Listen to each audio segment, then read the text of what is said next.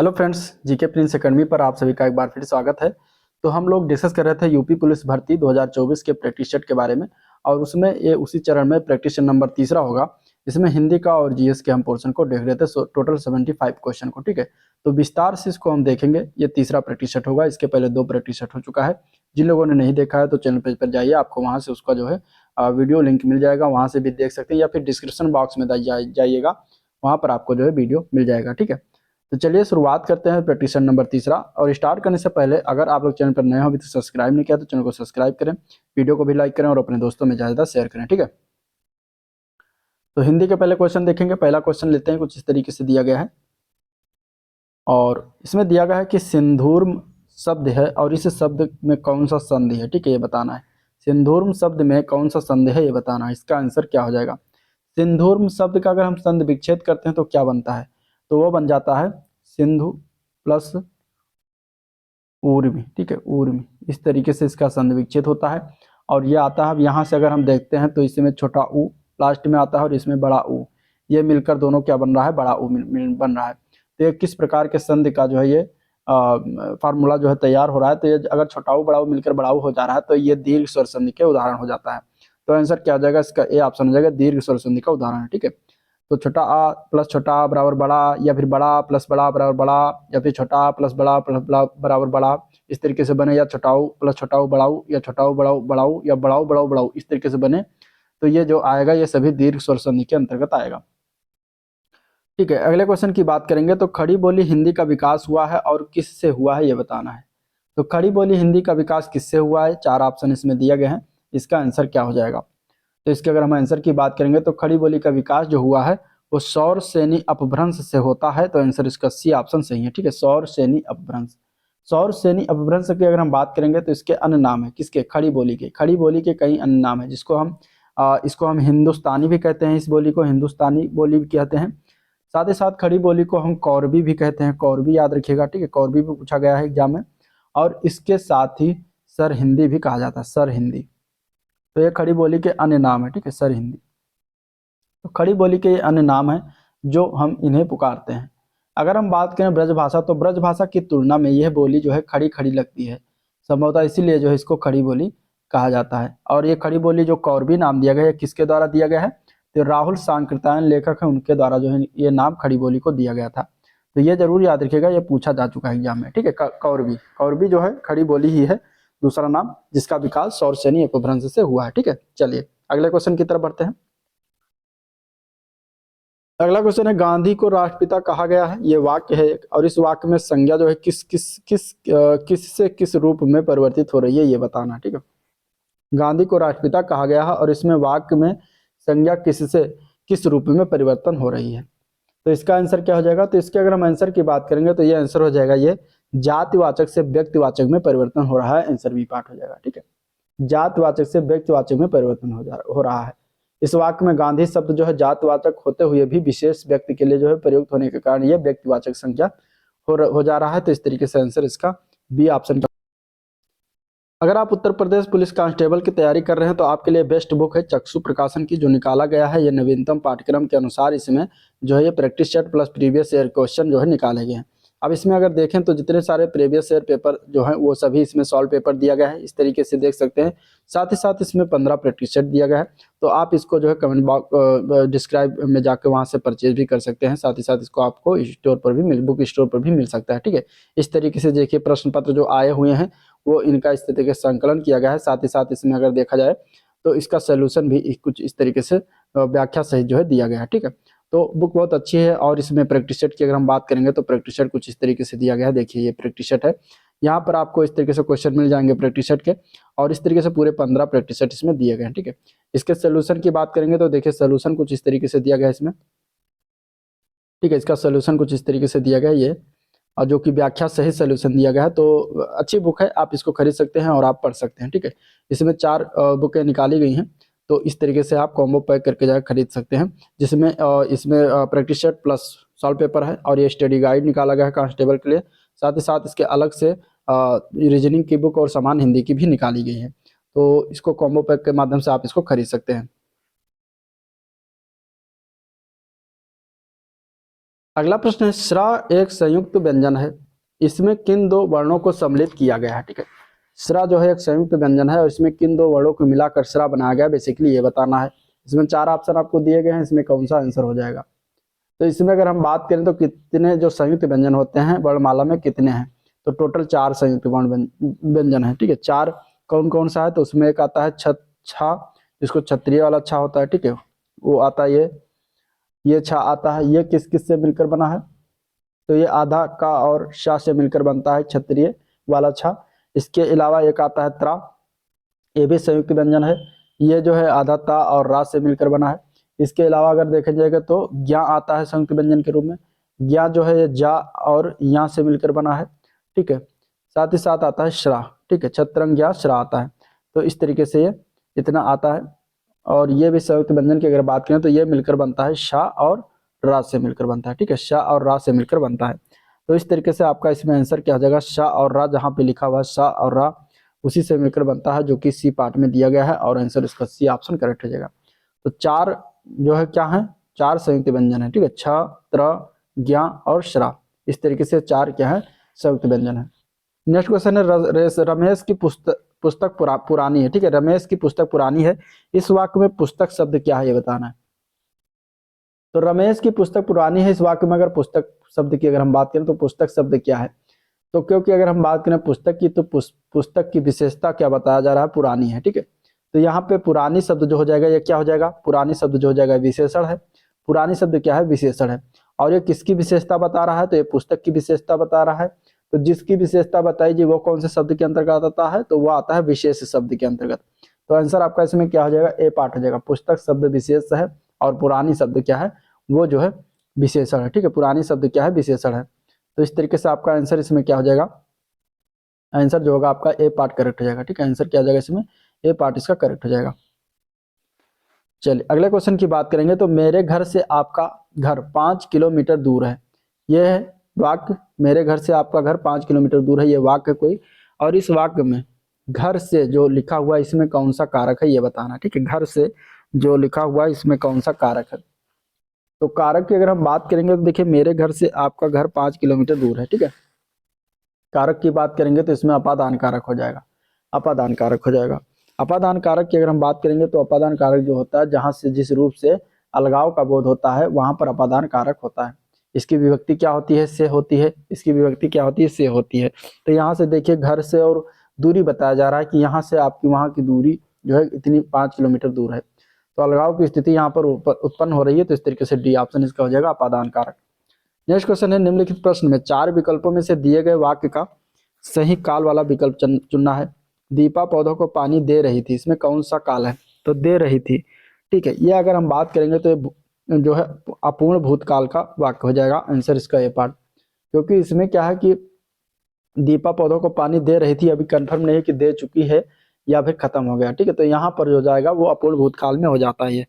अब इसका पहचान कैसे करेंगे कि अपूर्ण भूतकाल, तो उसमें रहा था, रही थी, रहे थे, ये सब जहाँ प्रयोग में आता है लास्ट में तो वहाँ अपूर्ण भूतकाल हो जाता है। ठीक है, नेक्स्ट क्वेश्चन, वो पढ़ता है लेकिन बात भी बहुत करता है। यहाँ पे रेखांकित शब्द को पहचानना, लेकिन बात जो ये रेखांकित किया हुआ है इसको बताना है किस प्रकार का शब्द है। ठीक है, तो इसके अगर हम आंसर की बात करेंगे तो ये एक अव्यय है, आंसर इसका बी ऑप्शन हो जाएगा, अव्यय।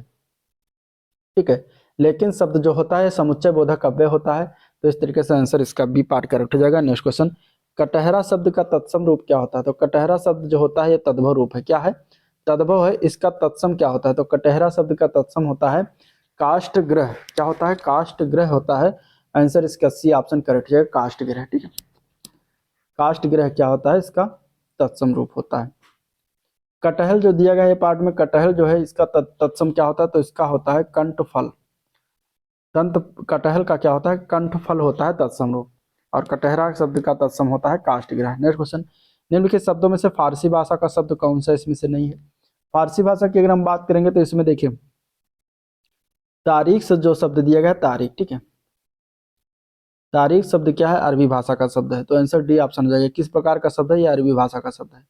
तो आंसर क्या हो जाएगा आपका, डी ऑप्शन सही हो जाएगा। ठीक है, बाकी जो सिफारिश है, देहात है, चश्मा है, सभी फारसी भाषा के शब्द हैं। अगला क्वेश्चन, निम्नलिखित में से कामदेव का पर्यायवाची शब्द इसमें से क्या हो जाएगा, तो कामदेव के पर्यायवाची शब्द में अगर देखेंगे तो मार शब्द जो दिया गया है कामदेव का पर्यायवाची होता है। कामदेव का पर्यायवाची में अगर देखा जाए तो मार है, मनसिज है, अनंग है, मदन है, ठीक है। कंदर्प भी जो है क्या होता है, कामदेव का पर्यायवाची होता है। तो ये सभी कामदेव के पर्यायवाची होते हैं, ठीक है। बिडौजा जो है ये किसका पर्यायवाची है, तो ये इंद्र का पर्यायवाची है। बिडौजा किसका पर्यायवाची होता है, इंद्र का पर्यायवाची होता है, ठीक है। पिशुन और चुगलखोर का पर्यायवाची होता है। पिशुन किसका होता है, चुगलखोर का पर्यायवाची, चुगलखोर का पर्यायवाची होता है। इसके अलावा अश्म जो है, अश्म पत्थर का पर्यायवाची होता है, ठीक है। नेक्स्ट क्वेश्चन, अतिवृष्टि का विलोम बताना है। अतिवृष्टि का विलोम क्या होता है, तो अतिवृष्टि का विलोम होता है अनावृष्टि। क्या होती है, अनावृष्टि होती है। आंसर सी ऑप्शन इसका राइट हो जाएगा।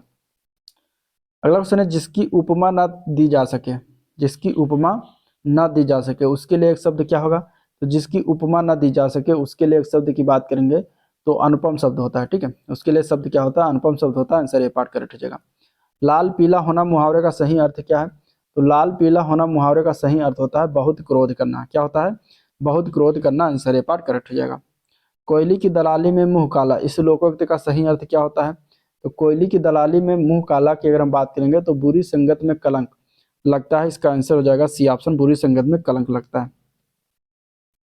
प्रत्युत्पन्न में उपसर्ग कौन सा है, प्रत्युत्पन्न में उपसर्ग बताना है, तो प्रत्युत्पन्न में उपसर्ग की अगर हम बात करेंगे तो इसमें प्रति शब्द हो जाएगा उपसर्ग, ठीक है। कौन सा है, प्रति शब्द जो है उपसर्ग है। प्रति प्लस उत्प प्लस पन्न प्लस प्रति प्लस उत प्लस पन्न मिलकर बनता है प्रत्युत्पन्न। तो यहाँ पे आंसर बी पार्ट हो जाएगा। नेक्स्ट क्वेश्चन, औपचारिक शब्द में प्रत्यय कौन सा लगा है, तो औपचारिक, औपचारिक प्रत्यय जो लगता है वो बाद में लगता है। तो औपचारिक शब्द में प्रत्यय हो जाएगा इक। इक जो है क्या है, इसका प्रत्यय हो जाएगा। इक जो है क्या है, प्रत्यय है। तो आंसर इसका सी ऑप्शन करेक्ट हो जाएगा, ठीक है। संग्रहालय शब्द का सही संधि विच्छेद करना है, तो संग्रहालय का जो संधि विच्छेद होता है वो होता है सम प्लस गृह प्लस आलय। सम प्लस गृह प्लस आलय होता है। आंसर इसका डी ऑप्शन करेक्ट हो जाएगा, ठीक है। ये संग्रहालय का सही संधि विच्छेद है। यथासंभव में कौन सा समास है, यथासंभव, यथासंभव की अगर हम बात करेंगे तो ये जो है इसमें यथा शब्द जो है क्या अव्यय है और ये अव्ययी भाव समास के अंतर्गत आ जाएगा। तो आंसर इसका ए पार्ट करेक्ट हो जाएगा, ठीक है।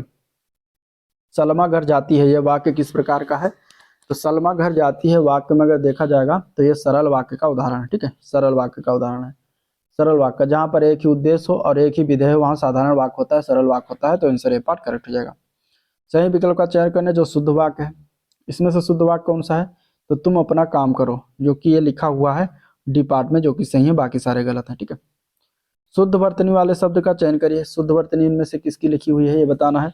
तो इसमें से शुद्ध वर्तनी की अगर हम बात करेंगे तो क्या हो जाएगा, तो अंत्याक्षरी शब्द जो ए पार्ट में लिखा हुआ है क्या गलत है कि सही है, तो ये सही लिखा हुआ है, ठीक है। आंसर आपका यही ए पार्ट हो जाएगा। बाकी पूजनीय गलत है। पूजनीय का जो गलत है इसको लिखा जाता है पूजनीय इस तरीके से, आधा जा नहीं होता पूरा जा होता है, ठीक है।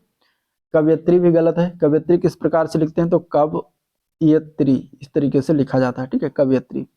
इसके अलावा तदोपरांत जो लिखा हुआ है ये भी गलत है, इसको लिखा जाता है तदुपरांत, तदुपरांत, ठीक है, न कि तदोपरांत। तो इस तरीके से इसको लिखा जाता है, ये शुद्ध शब्द है।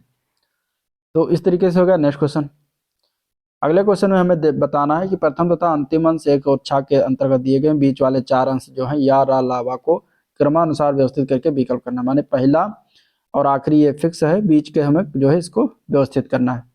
भारतीय गांव के करना होगा, बीच में हमें जो है इसको व्यवस्थित करना है। तो अगर हम इसमें व्यवस्थित क्रम देखें तो भारतीय गांव के ये तो फिक्स है। इसके बाद क्या लिखेगा, सुधार के लिए, ये पहला हो जाएगा, ठीक है, सुधार के लिए। इसके बाद भारतीय गांव के सुधार के लिए अभी भारत सरकार को, ये दूसरा हो जाएगा। अभी भारत सरकार को जो है और राज्य सरकारों को, ठीक है, ये तीसरा हो जाएगा। इसके बाद और राज्य सरकार को बहुत प्रयत्न करना होगा। तो इस तरीके से हम सेट करते हैं, यानी कि सबसे पहले रा आएगा, फिर आएगा या। तो रा या देखें इसमें नहीं है तो ये गलत है, रा या इसमें है, रा या इसमें है, इसमें भी नहीं है, तो रा या आएगा। तीसरे पे आएगा ला, तो तीसरे पर ये ला हो गया, तो यही सही हो जाएगा, ठीक है। ये आपका गलत हो जाएगा, यहाँ पे वाह आता है। तो आंसर आपका क्या हो जाएगा, बी पार्ट हो जाएगा। इस तरीके से सुधार करना है। नेक्स्ट क्वेश्चन देखते हैं। तो अगला क्वेश्चन है, विभत्स का स्थायी भाव क्या होता है, विभत्स रस्त का स्थायी भाव क्या होता है। तो विभत्स रस्त का स्थायी भाव होता है जुगुप्सा, ठीक है। विभत्स रस्त का स्थायी भाव जुगुप्सा होता है। आंसर सी ऑप्शन करेक्ट हो जाएगा, ठीक है। जुगुप्सा नामक स्थायी भाव विभाव आदि भाव की जहां परिपक्वता होती है तब ये जो है विभत्स रस उत्पन्न होता है, ठीक है। शोक जो होता है करुण रस का स्थायी भाव है। शोक क्या है, किसका है, करुण रस का स्थायी भाव, ठीक है, करुण रस का स्थायी भाव होता है। और अगर हम बात करें विस्मय जो है ये किसका है, तो ये अद्भुत रस का स्थायी भाव है, ठीक है, अद्भुत रस का स्थायी भाव, ठीक है। नेक्स्ट क्वेश्चन है मंगल भवन अमंगल हारी द्रवहु सो दशरथ अजीर बिहारी, इस पंक्तियों में किस छंद का प्रयोग किया गया। तो देखिए अगर हम बात करें तो इसमें ये चौपाई छंद का प्रयोग किया गया है। आंसर इसका बी ऑप्शन करेक्ट है, चौपाई की, क्योंकि प्रत्येक चरण में 16-16 मात्राएं होती हैं चौपाई में, तो यहाँ पे 16-16 मात्राएं हैं, तो आंसर बी पार्ट हो जाएगा, चौपाई, ठीक है। नेक्स्ट क्वेश्चन, तेरी बरछी ने बर छीने हैं खलन के, इस पंक्ति में कौन सा अलंकार है, ठीक है। तो इसमें अगर हम अलंकार की बात करेंगे तो इसमें यमक अलंकार हो जाएगा, ठीक है। यमक अलंकार का जो बहुत प्रचलित उदाहरण है यमक कनक कनक ते सौगुनी, तो वही यमक अलंकार है। इसमें है तेरी बरछी ने बर छीने हैं खलन के। अब यहाँ पे जो बरछी है, यहाँ पे ये बरछी, ठीक है, इस बरछी के अनेक अर्थ निकल रहे हैं। इस बरछी का एक अर्थ यहाँ पे शस्त्र के रूप में निकल रहा है, ठीक है, शस्त्र के रूप में निकल रहा है। इस बरछी का एक अर्थ जो है यहाँ पे शस्त्र के रूप में निकल रहा है, ये जो है शस्त्र हो जा रहा है। और इसके अलावा इसका जो है बर का अर्थ क्या होता है, बर का अर्थ जो होता है वो क्या होता है, पति होता है, ठीक है। बर का क्या अर्थ होता है, पति होता है। तो इस तरीके से यहाँ पे दो अर्थ निकल रहे हैं, तो यमक अलंकार हो जाएगा। अगला क्वेश्चन, तुलसीदास द्वारा रचित रामचरितमानस में कितने कांड हैं, ठीक है। तुलसीदास द्वारा रचित रामचरितमानस में कितने कांड हैं। तो अगर हम कांड की बात करेंगे तो तुलसीदास द्वारा रचित रामचरितमानस में 7 कांड हैं। आंसर ए पार्ट करेक्ट हो जाएगा। कौन कौन से हैं, बाल कांड है, अयोध्या कांड, अरण्य कांड, किष्किंधा कांड, सुंदर कांड, लंका कांड और उत्तर कांड, इस तरीके से 7 कांड होते हैं। नेक्स्ट क्वेश्चन है हिंदी की आदि जननी क्या है, मतलब हिंदी की आदि जननी क्या है इसमें से बताना है। तो हिंदी कहाँ से निकली हुई है, शुरुआत कहाँ से हुई इसकी, मतलब तो हिंदी की आदि जननी जो है संस्कृत भाषा है। आंसर बी पार्ट हो जाएगा, ठीक है। संस्कृत पाली प्राकृत भाषा से होती हुई अपभ्रंश तक पहुंचती है, फिर अपभ्रंश अवहट्ट से गुजरती हुई पुरानी प्रारंभिक हिंदी का रूप लेती है। तो इस तरीके से ये इसका जो है काल चलता है, ठीक है।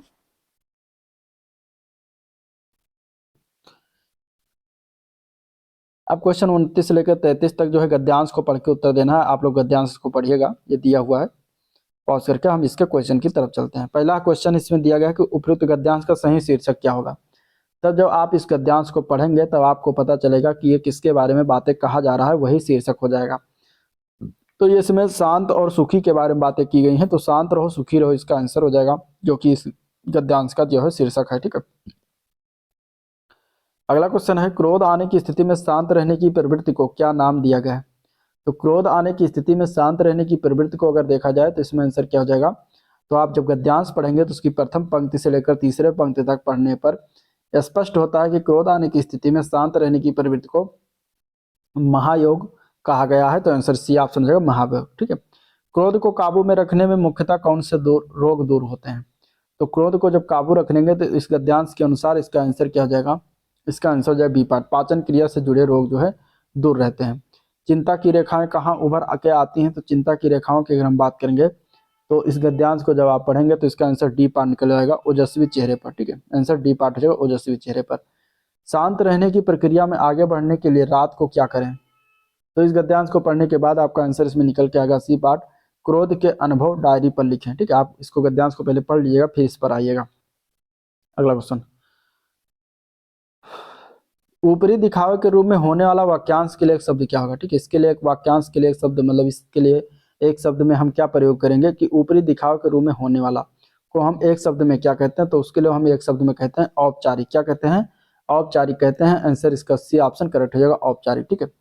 कौन सा शब्द वायस का समानार्थी शब्द नहीं है, वायस, वायस का समानार्थी शब्द कौन सा नहीं है ये बताना है। तो वायस का समानार्थी शब्द अगर हम बात करेंगे तो हरित नहीं होता, आंसर डी ऑप्शन हो जाएगा, ठीक है।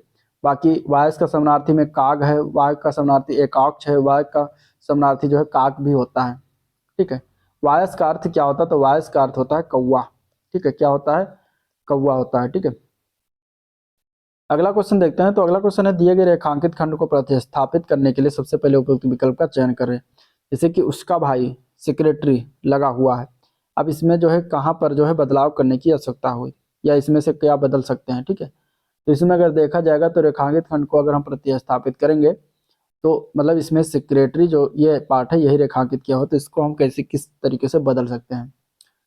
तो इसमें अगर देखा जाए तो सबसे उपयुक्त विकल्प देखा जाए तो इसका क्या कहा जाएगा, इसको उसका भाई सेक्रेटरी हुआ है, ठीक है, ना कि लगा हुआ है। तो बाकी सभी गलत हो जाएंगे, इसका आंसर जो हो जाएगा वो बी पार्ट हो जाएगा, उसका भाई सेक्रेटरी है। अगला क्वेश्चन है, उत्तर दिए गए वाक्यांश के लिए एक शब्द लिखिए। जिसका विवाह ना हुआ हो, जिसका विवाह ना हो उसको एक शब्द में क्या कहते हैं, तो उसको हम कहते हैं अपरिणीत। क्या कहते हैं, अपरिणीत, ठीक है, अपरिणीत कहेंगे, आंसर बी पार्ट करेक्ट हो जाएगा। अगले क्वेश्चन की तरफ बढ़ते हैं, अब सामान्य ज्ञान से क्वेश्चन होगा। नवंबर 2023 में किसे प्रतिष्ठित पुरस्कार बुकर पुरस्कार 2023 से प्रदान करने की घोषणा किया गया।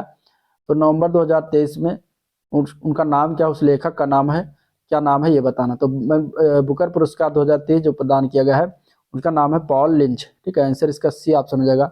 ये कहाँ के हैं, तो आयरलैंड के हैं, ये भी याद रखिएगा, कहाँ के हैं, तो आयरलैंड के हैं, ये भी याद रखिएगा, ठीक है। इसके अलावा ये घोषणा किया गया था इनकी कौन सी उपन्यास के लिए इन्हें जो ये बुकर पुरस्कार 2023 प्रदान किया गया है। तो प्रॉफिट प्रॉफिट प्रॉफिट सॉन्ग, ठीक है, प्रॉफिट सॉन्ग, ये इस बुक के लिए जो है ना, ये इनकी ये बुक है, उपन्यास है, जिसके लिए इन्हें जो है प्रदान किया गया है, ठीक है। और ये पुरस्कार जीतने वाले आयरलैंड के जो है 5वें लेखक भी बन गए हैं, ठीक है। अगला क्वेश्चन, उत्तर प्रदेश में मान्यता प्राप्त स्टॉक एक्सचेंज कहाँ पर है। तो उत्तर प्रदेश में मान्यता प्राप्त स्टॉक एक्सचेंज जो है ये कानपुर में पड़ता है, तो आंसर इसका बी ऑप्शन जो है कानपुर में अवस्थित है। इसकी स्थापना कब हुई थी, तो 1982 ईस्वी में हुआ था। कब स्थापना हुआ था, 1982 ईस्वी में, ठीक है। तो आंसर इसका क्या हो जाएगा, आंसर इसका हो जाएगा बी पार्ट। अगला प्रश्न देखते हैं, कुल्लू घाटी जिन पर्वत श्रेणी के बीच अवस्थित है वह कौन कौन सी है। कुल्लू घाटी, ठीक है, कुल्लू घाटी बताना कौन कौन सी पर्वत श्रेणी के बीच अवस्थित है। तो कुल्लू घाटी की अगर हम बात करेंगे तो ये कहाँ पर पड़ता है, तो ये हिमाचल प्रदेश में पड़ता है। पहले तो ये जान लीजिए हिमाचल प्रदेश में पड़ता है। और किन किन श्रेणियों के बीच आता है, तो धौलाधर और पीर पंजाल श्रेणी के बीच आता है। तो आंसर इसका ये पार्ट करेक्ट हो जाएगा। अक्टूबर 2023 में किसने ओडिशा के नए राज्यपाल के रूप में जो है पद ग्रहण किया या शपथ ग्रहण किया है। तो अक्टूबर 2023 में ओडिशा के नए राज्यपाल की अगर हम बात करेंगे तो वो बनाया गया है रघुबर दास, ठीक है, रघुबर दास को। ये कौन है, तो वरिष्ठ भाजपा नेता एवं झारखंड के पूर्व मुख्यमंत्री हैं थे। तो रघुबर दास को जो है इन्होंने ओडिशा के नए राज्यपाल के रूप में शपथ ग्रहण किया। इन्होंने इस पद पर प्रोफेसर गणेशी लाल का जो है स्थान लिया है। तो आंसर इसका क्या हो जाएगा, बी ऑप्शन करेक्ट है। नेक्स्ट क्वेश्चन, उत्तर प्रदेश का सबसे बड़ा वन्यजीव विहार कौन सा है, किसको कहा जाता है। तो उत्तर प्रदेश का सबसे बड़ा वन्यजीव विहार जो है वो है हस्तिनापुर का वन्यजीव विहार। तो आंसर सी पार्ट करेक्ट हो जाएगा, ठीक है। इसकी स्थापना कब की थी, तो 1986 में जो है इसकी स्थापना किया गया था। नेक्स्ट क्वेश्चन, उत्तर प्रदेश का गुरु पूर्णिमा पर्व जो है समर्पित है, किस ऋषि को समर्पित है गुरु पूर्णिमा पर्व जो है। तो उत्तर प्रदेश का गुरु पूर्णिमा जो पर्व है ये हिंदुओं और बौद्धों दोनों के लिए महत्वपूर्ण है। और यह पर्व जो हिंदू कैलेंडर के अनुसार आषाढ़ महीना कब आता है, तो जून टू अगस्त के बीच में आता है। और उसी महीने के पूर्णिमा के दिन मनाया जाता है। हिंदू इस पर्व को जो महान संत व्यास की स्मृति में मनाते हैं। तो व्यास को समर्पित है। आंसर क्या हो जाएगा, ऋषि व्यास। आंसर इसका ए पार्ट करेक्ट हो जाएगा, ठीक है। जबकि बौद्ध इसी दिन को जो है भगवान बुद्ध के सम्मान में मनाते हैं, जिन्होंने इसी दिन सारनाथ में अपना पहला उपदेश दिया था। तो दोनों के लिए समर्पित है। नेक्स्ट क्वेश्चन है, निम्नलिखित नदियों में से कौन सी एक उत्तर प्रदेश से नहीं गुजरती इनमें से। तो इनमें से उत्तर प्रदेश से कौन सी नहीं गुजरती, तो रामगंगा, गोमती, राप्ती, ये सभी उत्तर प्रदेश से बहने वाली नदियां हैं। जबकि बेन गंगा जो है ये कहाँ पर बहती है, तो दक्षिण भारत की जो है प्रमुख नदी है, उत्तर प्रदेश में होकर नहीं गुजरती, ठीक है। दक्षिण भारत की क्या है, प्रमुख नदी है। तो इस तरीके से आंसर क्या हो जाएगा, सी पार्ट हो जाएगा। अगला क्वेश्चन, नवंबर 2023 में प्रधानमंत्री मोदी ने वीडियो कॉन्फ्रेंसिंग के माध्यम से 10,000वें जन औषधि केंद्र का उद्घाटन कहां पर किया है। तो ये उद्घाटन किया गया है जो है देवघर एम्स देवघर में। ये कहाँ पड़ता है, देवघर। तो देवघर पड़ता है झारखंड में, ठीक है, झारखंड में। झारखंड के देवघर में जो है किया गया है। तो आंसर इसका डी ऑप्शन करेक्ट हो जाएगा, ठीक है। हर्यक वंश का शासक अजातशत्रु किसका पुत्र था। तो हर्यक वंश का शासक अजातशत्रु जो था ये किसका पुत्र था, तो बिंबिसार का पुत्र था। आंसर सी ऑप्शन करेक्ट हो जाएगा, ठीक है। अजातशत्रु जो है बौद्ध धर्म का अनुयायी था और उसके शासनकाल में प्रथम बौद्ध संगीत जो कि राजगिरा आधुनिक राजगिरी को कहा जाता था, बिहार के पास सप्तपर्णी गुफा में महाकश्यप की अध्यक्षता में करवाया गया था। चुंबकीय प्रेरण का इसाई मात्रक क्या होता है, तो चुंबकीय प्रेरण का इसाई मात्रक जो होता है वो टेस्ला होता है। आंसर बी पार्ट करेक्ट हो जाएगा, ठीक है। आंसर क्या हो जाएगा, बी पार्ट करेक्ट हो जाएगा। अगला क्वेश्चन, अक्टूबर 2023 में जारी वैश्विक भुखमरी सूचकांक 2023 में भारत का कौन सा स्थान प्राप्त हुआ है। जो अभी 2023 अक्टूबर में जारी किया गया वैश्विक भुखमरी सूचकांक 2023 में, उसमें भारत का कौन सा स्थान प्राप्त हुई है? तो अगर हम इसके आंसर की बात करेंगे तो क्या हो जाएगा? तो आंसर क्या हो जाएगा इसका? तो आंसर हो जाएगा डी पार्ट, ठीक है, 111वां स्थान है। कितना हो जाएगा? 125 देशों में 111वां स्थान है भारत का। और अगर हम बात करेंगे इसमें 2022 में, तो 121 देशों में जो था 107वां स्थान था। तो इस तरीके से दोनों याद रखेगा। ये 107वां स्थान जो था ये 2022 में था, ठीक है। अभी 2023 में 111 होगा। नेक्स्ट क्वेश्चन, निम्नलिखित में से कौन भारतीय संविधान के अंतर्गत सुमेलित नहीं है? इनमें से पंचायत भाग 9 के अंतर्गत रखा गया है, या फिर नगर पालिका में भाग नौका में रखा गया है, सहकारी समितियां नौखा में रखी गई हैं, अधिकरण भाग 10 में है। तो इसमें अगर हम सही की बात करेंगे तो ये तीनों सही है, ए बी सी ये तीनों सही है, और डी पार्ट गलत है। अधिकरण जो भाग 10 दिया गया है ये गलत है, ठीक है। भाग 10 के अंतर्गत देखा जाए तो अनुसूचित और जनजातीय क्षेत्र के संबंधी प्रावधान किया गया है, ठीक है। अधिकरण की व्यवस्था जो किया गया है भाग 14 के काम में किया गया है, ये भी याद रखिएगा। अगला प्रश्न, अक्टूबर 2023 में 8वां ब्रिक्स अंतर्राष्ट्रीय प्रतिस्पर्धा सम्मेलन 2023 कहाँ आयोजित किया गया? तो ये इसका आयोजन हुआ है जो है 8वां ब्रिक्स अंतर्राष्ट्रीय प्रतिस्पर्धा सम्मेलन जो है ये नई दिल्ली में आयोजन हुआ है। तो आंसर ए पार्ट करेक्ट हो जाएगा, नई दिल्ली में, ठीक है। इसका आयोजन किसके द्वारा किया गया? तो सीसीआई के द्वारा, सीसीआई भारतीय प्रतिस्पर्धा आयोग के द्वारा किया गया, ठीक है। निम्नलिखित में से कौन जनपद प्रयागराज जनपद के साथ सीमा जो है नहीं बनाता? इनमें से प्रयागराज के साथ कौन सीमा नहीं बनाता ये बताना है। तो अगर हम बात करेंगे इसमें तो फतेहपुर जो दिया गया है, फतेहपुर जिला, ये प्रयागराज के साथ सीमा नहीं बनाता। बाकी प्रयागराज के सीमावर्ती जिलों में चित्रकूट, मिर्जापुर, भदोही, जौनपुर, प्रतापगढ़ व कौशाम्बी आते हैं, ठीक है। तो इस तरीके से आंसर इसका हो जाएगा डी पार्ट। आंसर क्या हो जाएगा? डी पार्ट करेक्ट हो जाएगा। अगला क्वेश्चन देखते हैं। अगला क्वेश्चन है, अंतर्राष्ट्रीय साक्षरता दिवस कब मनाया जाता है? अंतर्राष्ट्रीय साक्षरता दिवस की अगर हम बात करेंगे तो यह हर वर्ष मनाया जाता है जो है 8 सितंबर को। आंसर डी ऑप्शन इसका करेक्ट है, ठीक है। 8 सितंबर को अंतर्राष्ट्रीय साक्षरता दिवस हर वर्ष मनाते हैं। दक्षिण पूर्व एशिया का पहला नाइट स्काई अभ्यारण्य भारत के किस राज्य अथवा केंद्र शासित प्रदेश में स्थापित किया जाएगा? तो इसका आंसर क्या आ जाएगा? तो नाइट स्काई अभ्यारण्य जो है अभी फिलहाल दक्षिण पूर्व एशिया का पहला जो होगा ये केंद्र शासित प्रदेश लद्दाख में स्थापित किया जा रहा है। तो आंसर इसका बी ऑप्शन करेक्ट हो जाएगा, लद्दाख, ठीक है। इस अभ्यारण्य की जो है स्थापना वो अगर हम बात करें तो किसके द्वारा किया जा रहा है? तो भारतीय खगोल भौतिकी संस्थान बेंगलुरु के सहयोग से किया जा रहा है। नेक्स्ट क्वेश्चन देखते हैं। तो निम्न में से कौन सा अग्र मस्तिष्क का हिस्सा नहीं है इनमें से? तो अग्र मस्तिष्क जो होता है वो मस्तिष्क के आगे वाला भाग होता है जिसमें प्रमस्तिष्क होता है, यानी कि सेरिब्रम जिसको कहते हैं, थैलेमस होता है, हाइपोथैलेमस आदि होते हैं, ठीक है। तो ये तीनों होता है, मेडुला नहीं होता। तो आंसर आपका इसमें क्या हो जाएगा? ए पार्ट हो जाएगा, मेडुला, ठीक है। तो आंसर ए पार्ट हो जाएगा। अगले क्वेश्चन की तरफ चलेंगे। तो उत्तर प्रदेश कौन सा जनपद दशहरी आम का सर्वोच्च उत्पादक है? दशहरी आम सबसे ज्यादा उत्तर प्रदेश के जिले में होता है, तो ये होता है लखनऊ में, ठीक है। लखनऊ जिला जो है दशहरी आम का सर्वोच्च, लखनऊ का एक मलिहाबाद क्षेत्र है, वहां पे जो है दशहरी का सर्वोच्च उत्पादक है। तो इस तरीके से लखनऊ जिला हो जाएगा। अगले क्वेश्चन की बात करते हैं। तो अगला क्वेश्चन क्या है? आलू निम्नलिखित में से किसका एक प्रमुख स्रोत है? ठीक है, आलू निम्नलिखित में से किसका एक प्रमुख स्रोत है ये बताना है। आलू किसका एक प्रमुख स्रोत होता है? तो आलू प्रमुख स्रोत की अगर हम बात करेंगे तो आलू जो होता है कार्बोहाइड्रेट का प्रमुख स्रोत होता है। तो आंसर डी पार्ट करेक्ट हो जाएगा, ठीक है, कार्बोहाइड्रेट। अगला क्वेश्चन है, अजंता एवं एलोरा की गुफाएं किस नगर में स्थित है? तो अजंता एवं एलोरा की गुफाओं की अगर हम बात करेंगे तो ये महाराष्ट्र और औरंगाबाद जिले में स्थित है। तो आंसर इसका क्या हो जाएगा? सी पार्ट, महाराष्ट्र के औरंगाबाद जिले में स्थित है, ठीक है। तो आंसर क्या हो जाएगा? सी ऑप्शन करेक्ट हो जाएगा। अगला प्रश्न देखते हैं। तो मीनाक्षी मंदिर कहाँ पर स्थित है? तो मीनाक्षी मंदिर की अगर हम बात करेंगे तो ये मदुरई जिले में स्थित है, मदुरई में स्थित है। और मदुरई जो थी वो पांड्यों की राजधानी भी थी, पांड्य की राजधानी थी, ठीक है, पांड्यों की क्या थी? राजधानी भी हुआ करती थी। तो वहीं पर जो है मीनाक्षी मंदिर स्थित है। आंसर इसका ए पार्ट करेक्ट हो जाएगा। WHO यानी कि वर्ल्ड हेल्थ ऑर्गेनाइजेशन का मुख्यालय कहाँ, विश्व स्वास्थ्य संगठन का मुख्यालय कहाँ ये बताना है, ठीक है। तो विश्व स्वास्थ्य संगठन का मुख्यालय की अगर हम बात करेंगे तो ये कहाँ पड़ता है? तो WHO की अगर हम बात करेंगे मुख्यालय तो जिनेवा में पड़ता है, स्विट्जरलैंड में। आंसर इसका बी ऑप्शन हो जाएगा। इसकी स्थापना कब हुई थी? तो 7 अप्रैल 1948 को किया गया था, ठीक है, 7 अप्रैल 1948 को किया गया था इसकी स्थापना। और इसका मुख्यालय जो है जिनेवा, स्विट्जरलैंड में।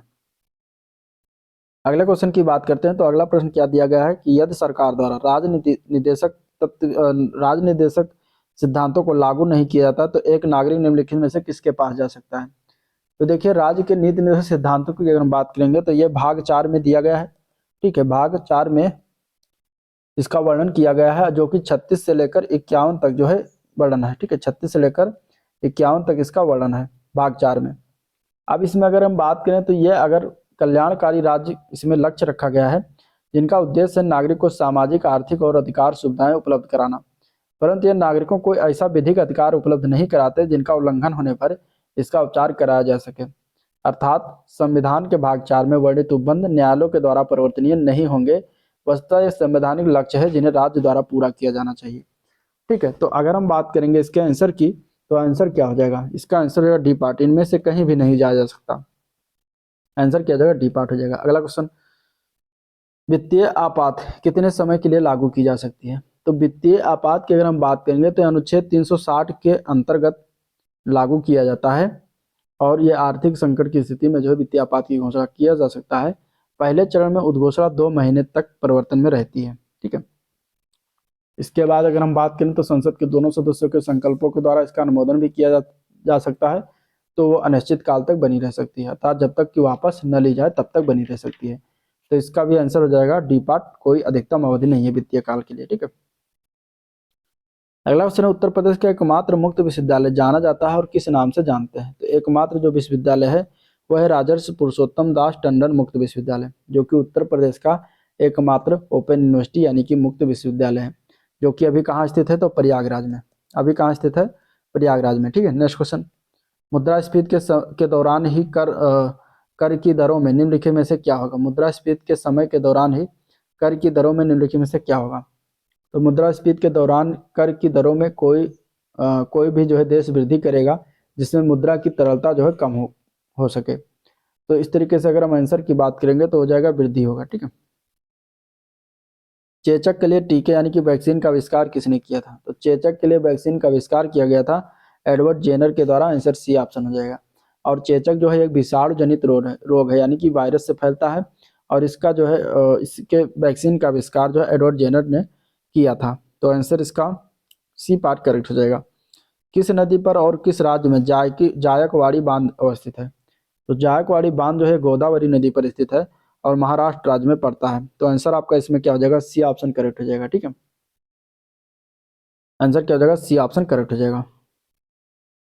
अगले क्वेश्चन की बात करते हैं। तो अगला क्वेश्चन कुछ इस तरीके से दिया गया है कि निम्नलिखित नदियों में से कौन सी नदी जबलपुर के निकट धुआंधार जलप्रपात का निर्माण करती है? तो धुआंधार जलप्रपात का निर्माण जो है जबलपुर है यानी कि मध्य प्रदेश होगा, और नदी के नाम की अगर हम बात करेंगे तो नर्मदा नदी पर स्थित है। ठीक है, तो आंसर सी ऑप्शन हो जाएगा। निम्नलिखित में से कौन सा राज्य नेपाल के साथ अपनी सीमा साझा नहीं करता? इनमें से तो नेपाल के साथ सीमा साझा की बात करेंगे, कौन सा राज्य नहीं करता? तो उत्तर प्रदेश तो करेगा ही करेगा। ठीक है, सिक्किम भी करता है और उत्तराखंड करता है। ठीक है, बिहार करता है, पश्चिम बंगाल करता है। तो इस तरीके से ये हो गया। और असम जो है नेपाल के साथ सीमा साझा नहीं करता। असम और बांग्लादेश जो होते हैं ये दोनों भूटान के साथ जो है, असम जो है बांग्लादेश और भूटान के साथ सीमा साझा करता है। ठीक है, असम क्या है? बांग्लादेश के साथ सीमा साझा करता है और भूटान के साथ सीमा साझा करता है, लेकिन नेपाल के साथ सीमा साझा नहीं करता। नेक्स्ट क्वेश्चन है, दूसरे एंग्लो मैसूर युद्ध में गवर्नर जनरल कौन था? तो दूसरे एंग्लो मैसूर युद्ध कब हुआ था? तो 1780 से लेकर 84 तक हुआ था एंग्लो मैसूर युद्ध। इसमें गवर्नर जनरल उसमें बंगाल का कौन था? Warren Hasting. कौन था? वारेन हेस्टिंग था। 1774 से लेकर 85 तक, 1774 से लेकर 85 तक ये जो रहा था बंगाल का गवर्नर जनरल। इसी के युद्ध के दौरान जो है 1782 में हैदर अली की मृत्यु हो गई थी। तो उस समय गवर्नर जनरल वारेन हेस्टिंग था, ये याद रखिए। नेक्स्ट क्वेश्चन, प्रसिद्ध क्रांतिकारी की सरफरोशी की तमन्ना अब हमारे दिल में है, ये जो है रचना किसने किया था? तो सरफरोशी की तमन्ना अब हमारे दिल में है, ये रचना जो है बिस्मिल अजीमाबादी के द्वारा किया गया था। ठीक है, तो आंसर डी ऑप्शन हो जाएगा।